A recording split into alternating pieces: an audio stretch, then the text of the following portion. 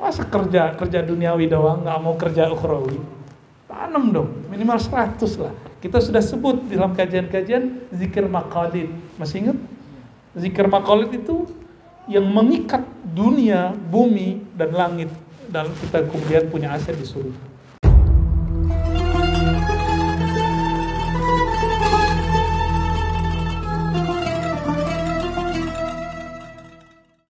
Loh, Aras kan tempatnya Nabi Muhammad bermunajat kepada Allah.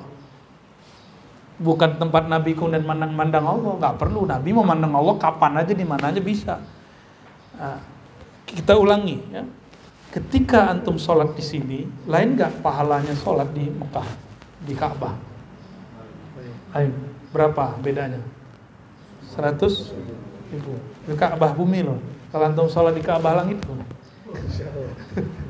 Setiap hari masuk 70.000 malaikat dan tidak pernah keluar lagi sampai kiamat. Maka orang yang sholat 5 waktu dikasih pahala itu, pahala tawafnya malaikat ya, pahala tawafnya malaikat. Boleh juga tuh disebut Ka'bah Baydah wal Baitul Ma'mur, demi bait wal Baitul Ma'mur, demi bait yang ma'mur. Ma'mur ternyata ramai, yang diramaikan para malaikat. Ternyata ini hanya malaikat itu. Nabi Ibrahim nongkrong di situ. Nabi Ibrahim nyandar di situ. Ketemu Nabi Muhammad. Apa kata Nabi Ibrahim? Wahai Ananda Muhammad. Secara zahir kan Ananda. Ya, Nabiullah, Nabi Saleh. Sampaikan salam kepada umat. Salam dariku. Tuh, antum dapat salam loh dari Nabi Ibrahim. Ya. Surga itu subur, tapi tanamannya belum ada.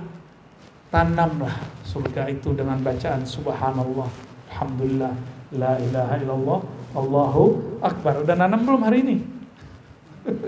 Masa kerja duniawi doang, nggak mau kerja ukhrawi? Tanam dong, minimal 100 lah. Kita sudah sebut dalam kajian-kajian zikir maqalid. Masih ingat? Zikir maqalid itu yang mengikat dunia, bumi, dan langit. Dan kita kemudian punya aset di surga. Kalau hitung-hitungan.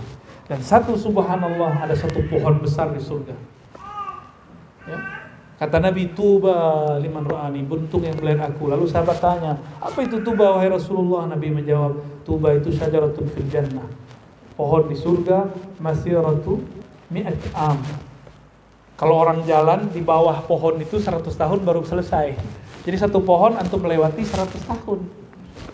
Ajib nggak tuh? Wah, dan itu nikmat, buah-buahnya, rindangnya. Angin surga itu jika dia bertiup sampai di pohon, dia mengeluarkan suara musik yang lebih indah dari semua musik antum dengarkan hari ini. Jadi kalau angin indahnya bukan main. Tapi apa yang dia dendangkan? Yang dia dendangkan sallallahu alaihi Muhammad. Jadi semua bahasa surga isinya salawat kepada Nabi Muhammad jika diterjemahkan sallallahu alaihi Muhammad. Jika membaca subhanallah satu pohon di surga, yang punya kunci surga siapa? Itu urat-urat tangannya Nabi Muhammad yang buka surga. Ya? Kira-kira gimana? Kalau antum salawat ke Nabi Muhammad, lebih besar gak pohonnya? Sama yang punya surga ya. Jadi inti, kalau yang megang kunci yang punya bukan? Yang megang kunci, Allah berkalam, wahai surgaku, biki arhamu ibadi, denganmu, melaluimu, aku menyayangi, merahmati hambaku. Lalu Allah berkalam ke Nabi Muhammad, wa ma arsalnaka illa rahmatan lil alamin. Tidak aku utus engkau wahai Muhammad kecuali sebagai rahmat. Aku menyayangi umatku. Nyambung gak? Surga sama Nabi Muhammad. Maka siapapun yang bersolawat sekarang di bumi, dia sudah masuk ke taman-taman surga. Taman surga itu ada ketenangan di situ, tenang, damai. Yang nggak solawat, gelisah. Itu kalau ada taman surga, ada taman neraka nggak? Apa dong? Padang tandus neraka, itu dia. Antum gelisah. Itu orang yang paling gelisah, orang yang jauh daripada zat yang disebut nuzul sakinah, turun sakinah kepadanya. Itu baginda Nabi Muhammad SAW.